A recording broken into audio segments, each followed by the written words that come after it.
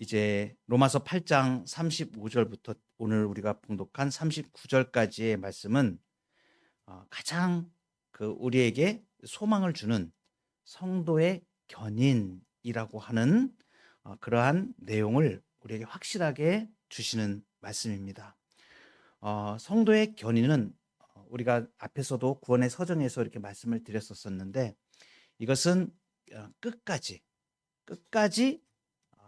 이 우리의 구원이 취소되지 않고 하나님의 능력과 은혜로 기업고 영화로운 구원의 완성까지 우리를 이끌어 가시는 하나님의 구원을 우리에게 말씀해 주시는 과정이죠. 먼저 35절부터 36절을 보면 누가 우리를 그리스도의 사랑에서 끊으리요, 이렇게 말씀합니다. 여기서 지금 그리스도의 사랑에서 끊을 수 있는 것이 아무것도 없음을 이렇게 말씀하시면서 성도가 이 땅에서 마주할 수 있는 가장 극심한 시련들을 말씀하시죠. 7가지 목록을 단숨에 바울이 이렇게 이야기를 합니다. 이것은 환난, 그 다음에 곤고, 박해, 기근, 적신, 위험, 칼, 이렇게 되어 있는데, 이 환난은 무엇을 말하냐면 내리 누르는 압박, 이 원래 원문의 뜻은 이렇게 꽉 쪼아 누르는 거예요. 목 조르듯이 쪼아 누르는 것을 말합니다. 이것은 이제 외부에서 가해지는 시련, 고통을 말합니다. 우리가 삶을 살아가다가 이렇게 막 삶이 그냥 꽉 우리를 꽉 찍어 누르는 정말 답답함을 그런 환난 가운데 느끼는 그런 현상들이 있지 않습니까? 영혼뿐만이 아니고 육신의 모든 고통들도 다 포함하는 것이죠.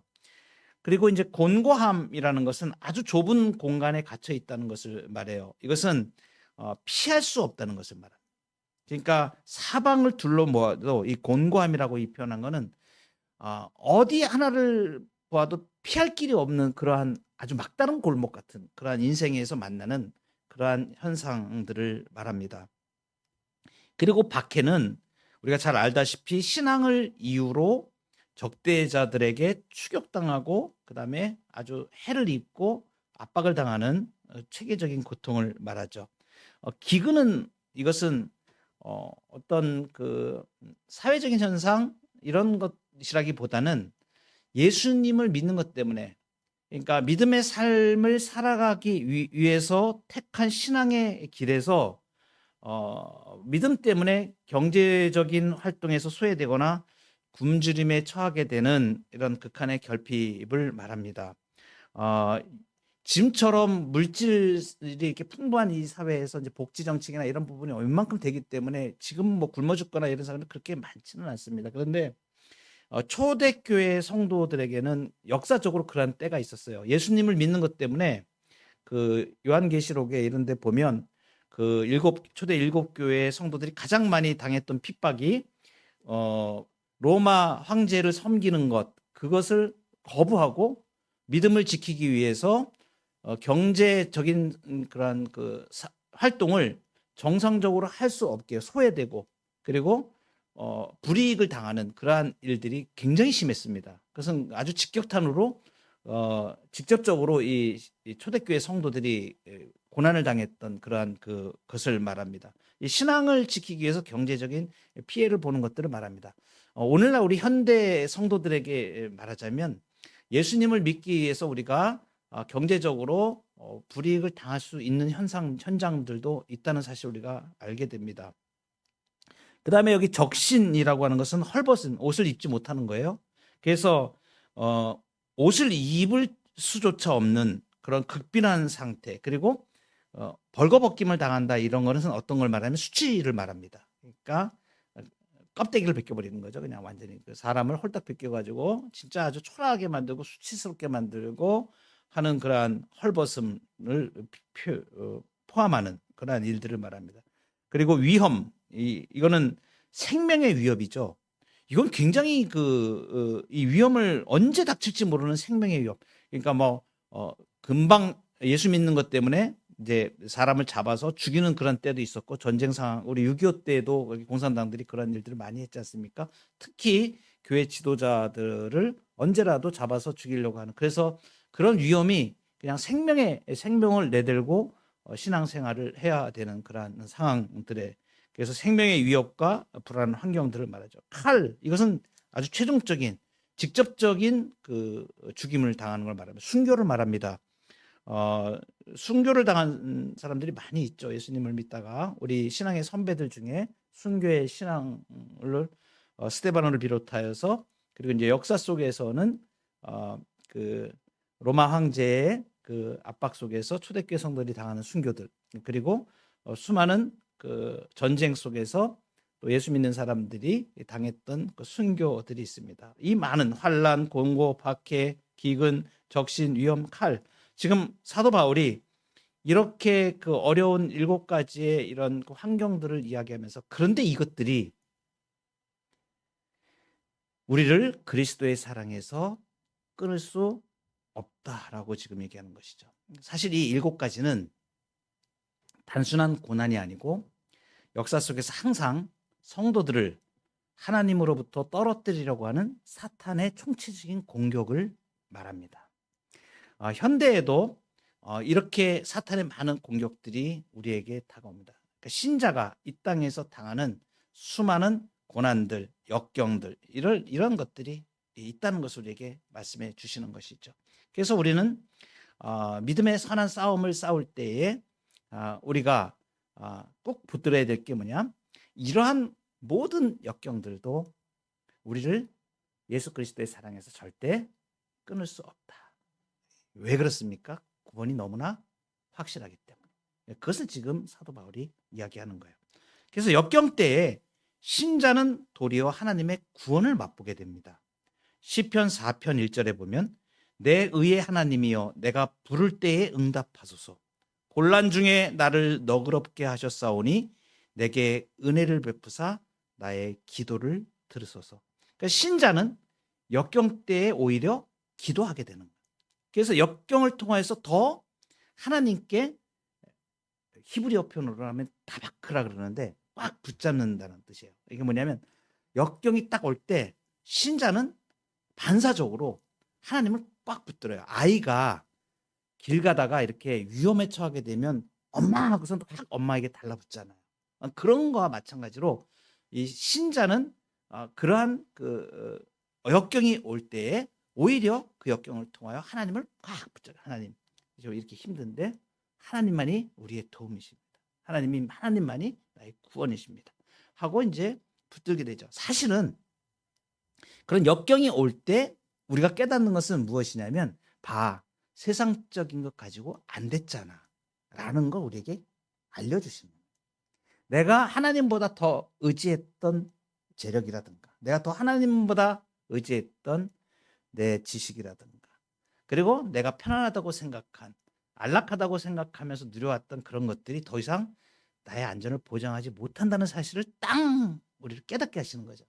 그래서 신자는 이 고난이 유익이 되는 거예요. 그래서 그것을 통해서 하나님밖에 없구나, 하나님이 아니면 구원을 받지 못하는 거야, 하나님이 아니시면 안 되는구나 하고 다바크, 하나님을 확 붙들게 되는 믿음의 기회가 되는 거죠. 핍박도 도리어 성도에게는 복이 됩니다. 그래서 주님이 마태복음에서도 이렇게 말씀하시지 않습니까? 의를 위하여 핍박을 받은 자는 복이 있나니 천국이 그들의 것입니다. 나로 말미암아 너희를 욕하고 박해하고 거짓으로 너희를 거슬려 모든 악한 말을 할 때에는 너희에게 복이 있나니 기뻐하고 즐거워하라. 하늘에서 너희 상이 큼이라. 그래서 성도에게 고난이 없다고 얘기하는 번영신학이라고 하는 그러한 내용들, 그것은 복만 얘기하고 성도에게 고난이 없다고 얘기하는 건 거짓입니다. 고난 속에서도 하나님이 지켜주신다고 하는 것이 바른 믿음이에요.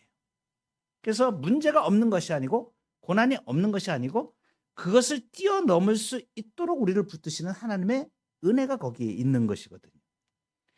그래서 이 고난들이 올 때에 이 고난들은 우리가 하나님의 사랑에서 끊어졌다는 게 아니고 뭘 말하는 거냐면, 내가 도살당할 양같이 여김을 받는 그 십자가의 길을 내가 지금 걷고 있는 거나. 거기 36절에 나오는 말씀이 그 말씀입니다. 기록된 바 우리가 종일 주를 위하여 죽임을 당하게 되며 도살당할 양같이 여김을 받았나이다. 도살당할 양은 어때요? 그냥 막 끌려가는 거잖아요. 비참하잖아요. 힘도 없잖아요.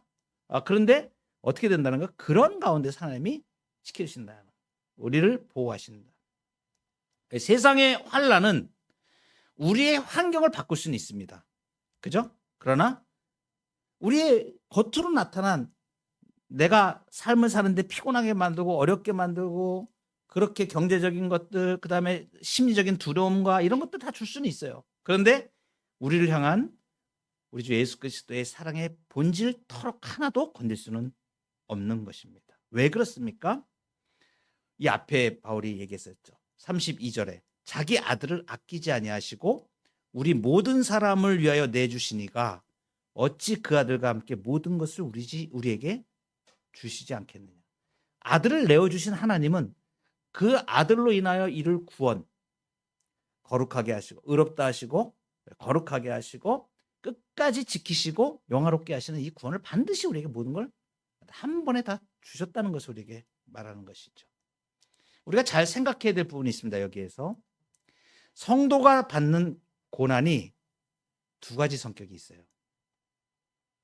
고난이 첫 번째는 시련 또는 연단입니다. 이것은 뭐냐면 이게 성도가 하나님의 뜻을 잘 따르고 신앙생활도 잘하고 하나님의 말씀대로 순종도 잘하고 있음에도 불구하고 하나님께서 그 신앙을 더 정금 같게 하시기 위해서 주시는 시련이 있었어요. 대표적으로 성경에 나오는 욥의 시련입니다. 욥의 고난입니다. 그것은 욥이 죄가 있어서 당하는 고난이 아니거든요. 그것은 하나님께서 영광을 받으시고 하나님의 영광을 드러내기 위해서, 그리고 그 욥을 정금같이 나오게, 나중에 욥이 고백하잖아요. 내가 정금같이 나오리라 고백하잖아요. 이렇게 하기 위해서 하나님께서 주시는 시련이 있어요. 그래서 베드로전서 4장 12절에부터 보면 이런 말씀이 있습니다. 사랑하는 자들아 너희를 연단하려고 오는 불시험을 이상한 일 당하는 것 같이 이상히 여기지 말고. 이렇게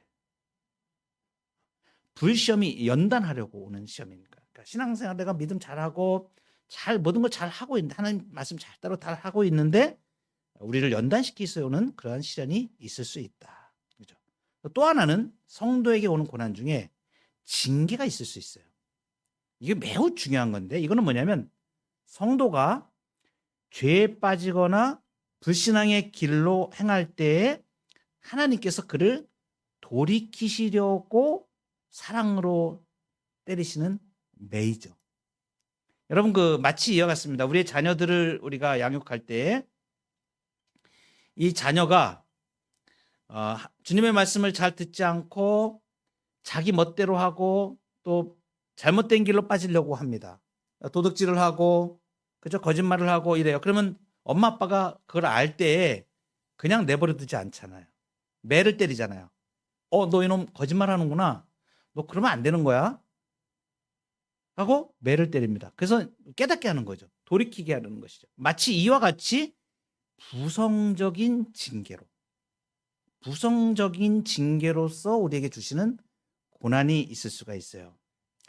주께서 그 사랑하시는 자를 징계하시고 그가 받아들이시는 아들마다 채찍질 하심이라, 이렇게 히브리서 12장 6절에 말씀하십니다.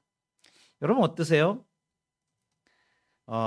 우리가 신앙생활 하다 보면 사실은 신앙생활을 잘하는데 연단이 오는 경우도 있지만, 많은 경우에 우리의 불신앙과 우리의 불순종으로 인해서 징계를 받는 경우도 굉장히 많습니다.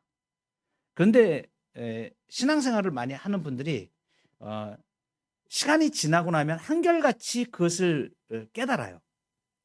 그 과정을 통해서 하나님이 나를 다시 빚으신다는 걸 알게 돼요. 그래서 나중에 뒤에 와서 가만히 보면 그러한 고난이 없었다면, 그런 징계가 없었다면, 하나님이 나를 때리시는 거 맞을 때는 아프죠. 아이가 제가 우리 아이들을 훈육할 때 아들 둘을 이렇게 초등학생 때 이렇게 잘못하고 그러잖아요. 그러면 매로 이렇게 때리면 아주 바짝바짝 뜁니다. 그럼 막 그냥 무서워가지고 아빠가 그래서 저는 이제 손으로 이렇게 터치를 하면 엄마 아빠가 아무래도 사람인 이상 감정이 나갈 수가 있잖아요. 막 너무 진짜 감정이 벅찰 때는 이 손이 나갈 수도 있잖아요. 근데 그걸 방지하기 위해서 일부러 이렇게 매를 이렇게 하나 이렇게 애들 클 때 이렇게 해놨어요. 그래서 매가 이렇게 걸려 있어요. 이렇게 걸어놓고 잘못하면 자 이제 너희들 이제 매 맞아야지 회초리 꺼내서 훈육을 합니다. 우리 두 아이들을 그렇게 했어요. 근데 아빠의 심정으로 어떨 때는 이렇게 이 녀석 진짜 이거 버릇 고쳐놔야지 이 생각하고 조금 세게 때릴 때 있잖아요. 그러면 이 아이가 그 맞으면서 팔짝 뛰어요. 그냥 막 막 그냥 막 얼마나 안쓰러워요. 그 때릴 때. 근데 이게 그 부모의 마음이 뭐예요? 이 매로 얘가 따끔하게 그걸 알고 이제 이거 잘못한 걸 알고 다시 그걸 하지 않게 하기 위한 거잖아요. 그러고 난 다음에 어떻게 합니까? 딱 매로 때리고 손 들고 서 있어. 그러면 이제 손 들고 이렇게 서 있다. 뭐 잘못했는지 반성해야지. 다 하고 이제 하고 나중에 다 하고 난 다음에 어떻게 해요? 안아주죠. 다시는 그렇게 하지 마. 그럼 이제 혼나고 다시 이제 아빠가 이렇게 안아주고 품에 안아주니까 마음이 풀어지면서 다시는 내가 이 나쁜 짓을 하지 말아야 되겠구나. 이렇게 하죠. 어떠세요? 저는 아이를 그렇게 훈육을 하면서 우리 아이들이 바뀌는 걸 봤어요. 실제로 바뀌더라고요. 근데 이제 중학교 지나가고 이제 애가 머리가 굵어지면 때리지 못해요. 그때는 이제 엄하게 말로 이렇게 하죠. 근데 이제 초등학교 때부터 이렇게 훈육받아왔던 이런 게 있으니까 아빠 말씀을 잘 듣죠. 머리가 굵어져도. 그래서 아빠가 엄하게 얘기하면 아빠 말씀 들어야지. 이렇게 하면서 이제 하게 되는 거예요. 이게 징계. 잘못했을 때 그걸 돌이키기. 하나님이 똑같이 이렇게 하세요. 우리 인생에서. 근데 여러분 이 불신앙으로 당하는 이 고난에 대한 이해를 잘 해야 됩니다. 여러분 우리는 누구나 다 연약한 존재들이 얼마나 이게 무능하고 또 무지한지 모릅니다. 또 수시로 우리는 불순종하고 하나님의 뜻을 떠나 있을 때가 너무나 많습니다. 그래서 이제 우리가 반드시 이것을 알아야 되는 게 뭐냐면 하나님은 때때로 자기 자녀들을 여러 가지 유혹과 그들의 자신의 마음의 부패에 얼마 동안 내버려 두십니다. 이게 놀라운 이 웨스트민스터 신앙 고백서에 있는 내용인데 이 말씀을 제가 보다가 정말 놀랍구나. 그러니까 우리는 알지도 못하는데 하나님께서는 우리의 연약함을 이미 다 알고 계시잖아요. 근데 그 연약함 가운데 여러 가지 유혹에 일부러 놔두실 때가 있다는 거예요. 참 놀랍죠? 하나님의 작전과 계획은 우리의 생각과 수로 헤아릴 수가 없어요. 얼마 동안 부패 가운데 얼마 동안 내버려 두시는 거예요. 왜 그러냐면 이는 그들로 하여금 이전에 범한 죄들에 대해서 징계하시거나 그들을 겸손하게 하시려는 것이다. 이렇게 웨스트민스터 신앙고백서 5장에 나와 있는 말씀입니다. 이 말씀을 제가 이렇게 보다가 성경 말씀에 있는 부분을 압축해서 이렇게 우리에게 진리의 교훈으로 주는 말씀인데 이 말씀을 보다가 정말 그렇구나. 그래서 이게 자고하고 높아지고 교만해지려고 하면 어느 시간 동안에는 징계함을 위해서 연약함 가운데 그냥 버려두죠. 그러면 어떻게 돼요? 반드시 깨닫게 되죠. 그죠? 그 징계를 통해서 알게 되고 깨닫게 되고 그때 어떻게 되는 거야? 이게 안 되는 거구나. 이렇게 하면 안 되는 거구나. 하나님 말씀대로 살아야 되는 거구나. 이렇게 돌이키게 되는 거죠. 그래서 불신앙으로 당하는 고난도 하나님의 주권적인 섭리 아래에 있는 거예요. 그러니까 성도에게 당하는 고난은 우리를 위해서 연단하기 위해서 그냥 하나님을 잘 섬기고 잘 하는데도 주시는 연단이 있고 또는 많은 경우에 우리가 불신앙으로 인해서 당하는 그러한 징계적인 고난도 있지만 이러한 것들은 우리가 분별하기는 쉽지가 않아요. 그런데 성도는 어떤 입장을 가져야 되냐면 어떤 종류의 고난이 온다 이거. 근데 이것이 내가 하나님을 잘 섬기는 데 오는 것인지 내 불신앙으로 오는 것인지 잘 모르잖아요. 근데 성도는 어떤 자세로 그냥 모든 고난을 당할 때 먼저 나 자신을 살피는 거죠. 내가 하나님 앞에 흠있게 행동한 것이 없는가. 돌아보는 거죠. 어떤 일들이 당할 때. 여러분 이게 굉장히 중요한 부분인데 삶에서 그래서 인제 영적으로 민감해지면 우리를 괴롭히는 일들 사건들이 막 일어나고 그러잖아요. 어떤 갑자기 가만히 있는데 내 이웃이 어떤 시비를 걸어 가지고 나를 갖다가 해하려고 해코지하려고 막 이럴 때가 있어요. 그럴 때 여러분 신자는 어떤 생각을 하는 거예요? 그 사람이 나에 대해서 '이렇게 이놈이 무자비하게 나를 갖다가 공격을 하네?' 이렇게 나가는 게 아니고 그 사람을 바라보는 게 아니고 우리는 누굴 바라보는 거예요? '하나님이 지금 이 일을 왜 이렇게 하실까?' 이걸 생각하는 거예요. 항상 그래서 신자는 어떠한 일이 일어날 때 빨리 깨달아야 돼요. '하나님의 뜻이 뭐지? 이걸 이렇게 지금 하시는 이런 하나님의 뜻이 뭐지?' 어떨 때는 내가 너무 잘난 척하고 내가 어떤 것을 잘할 수 있다고 생각하고 자만하면서 나아갈 때 그것을 브레이크를 걸기 위해서 어떤 그런 사건에 막 하나님께서 사용하실 때가 있어요. 사람들을 막 사용하셔. 저도 순간적으로 이제 그럴 때마다 '이게 뭐지? 왜 이러시지? 자꾸 하나님 이게 무슨 뜻이지?' 나를 먼저 돌아보는.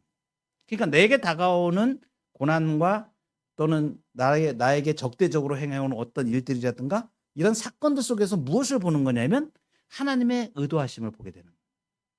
그때 어떻게 되냐면 나를 돌아보게 돼요.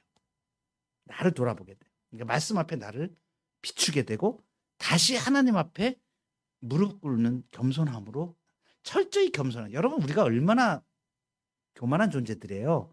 조금만 잘 되는 것 같으면 내가 돈 좀 벌고 내가 뭐 좀 잘 업적을 이룬 것 같으면 그 다 내 탓인 거로 생각하고 자랑하기 좋아하고 누구나 우리가 그렇잖아요. 그죠?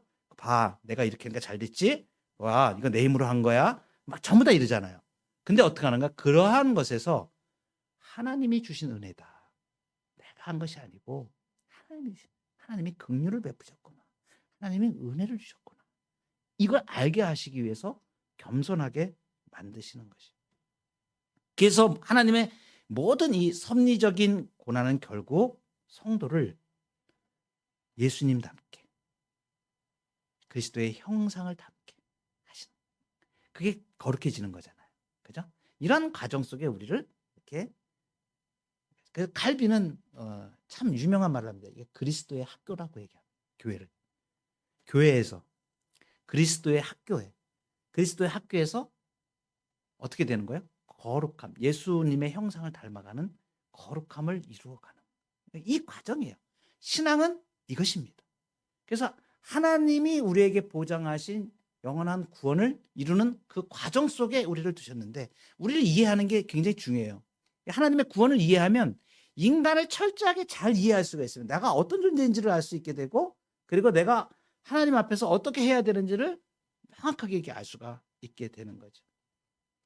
근데 이 그리스도의 사랑, 예수님의 사랑은 39절에 보면 이렇게 말씀하시죠. 높음이나 깊음이나 다른 어떤 피조물이라도 우리를 우리 주 그리스도 예수 안에 있는 하나님의 사랑에서 끊을 수 없으리라 그랬습니다.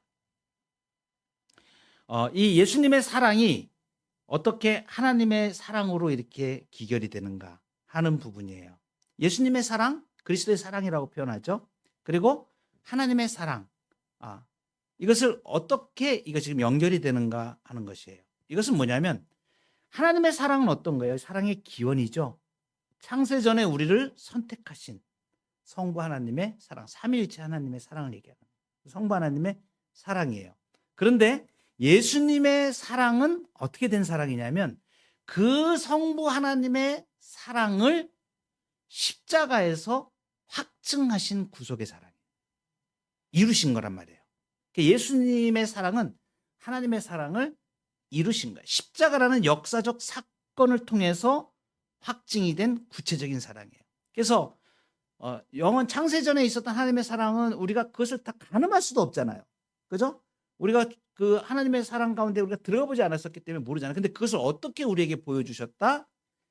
예수 그리스도 성육신하신 예수 그리스도를 십자가의 사랑으로 우리에게 확증해 주셨다. 이렇게. 그래서 이 주옥 같은 사도들의 고백이 이렇게 나오는 거예요. 요한일서 4장 10절에 보면 사랑은 여기 있으니 우리가 하나님을 사랑한 것이 아니요 하나님이 우리를 사랑하사 우리 죄를 속하기 위하여 화목 제물로 그 아들을 보내셨습니다.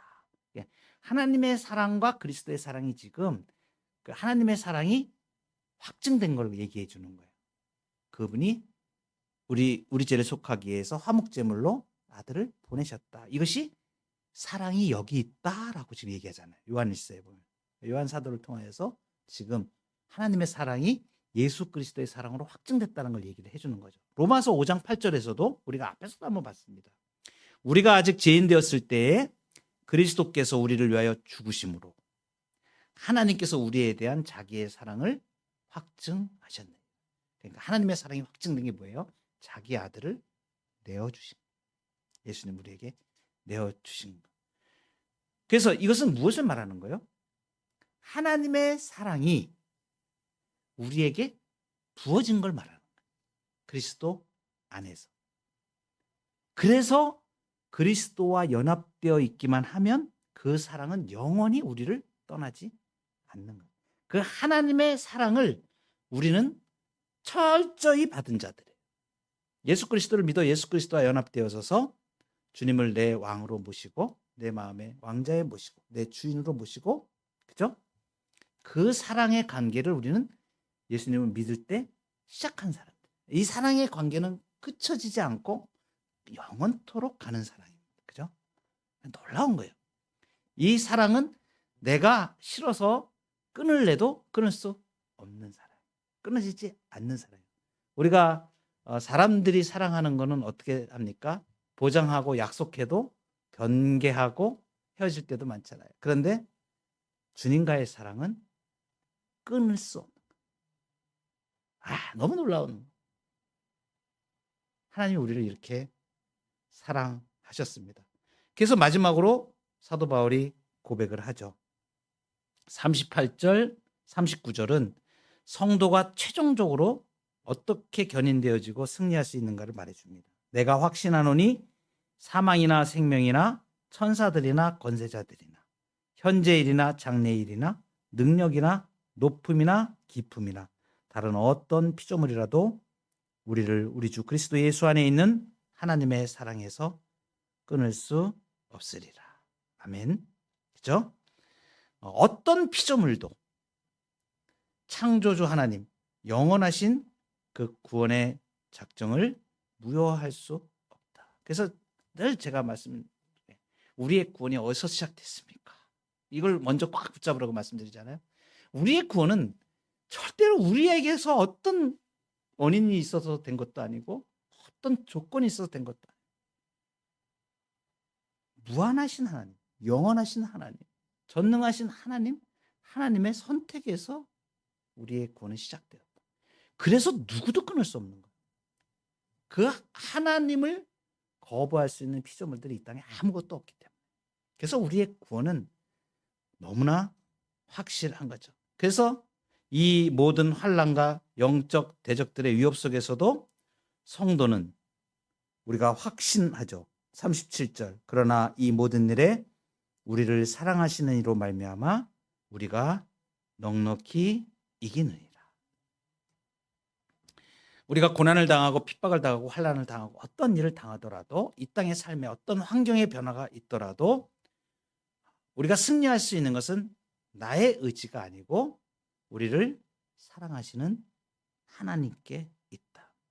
우리를 붙들고 계시는 전능하신 하나님의 손이 강하시기 때문에 우리는 최후의 승리자가 될 수 있습니다. 심지어 우리 자신의 연약함조차도 이 삼위 하나님의 사랑의 띠를 결코 끊을 수 없습니다. 이것이 오늘 우리가 누리는 구원의 참된 위로이고 절대적 확신입니다. 내가 확신하노니 사망이나 생명이나 천사들이나 권세자들, 현재일이나 장래일이나 능력이나 높음이나 깊음이나 다른 어떤 피조물이라도 우리를 우리 주 그리스도 예수 안에 있는 하나님의 사랑에서 끊을 수 없으리라. 아멘.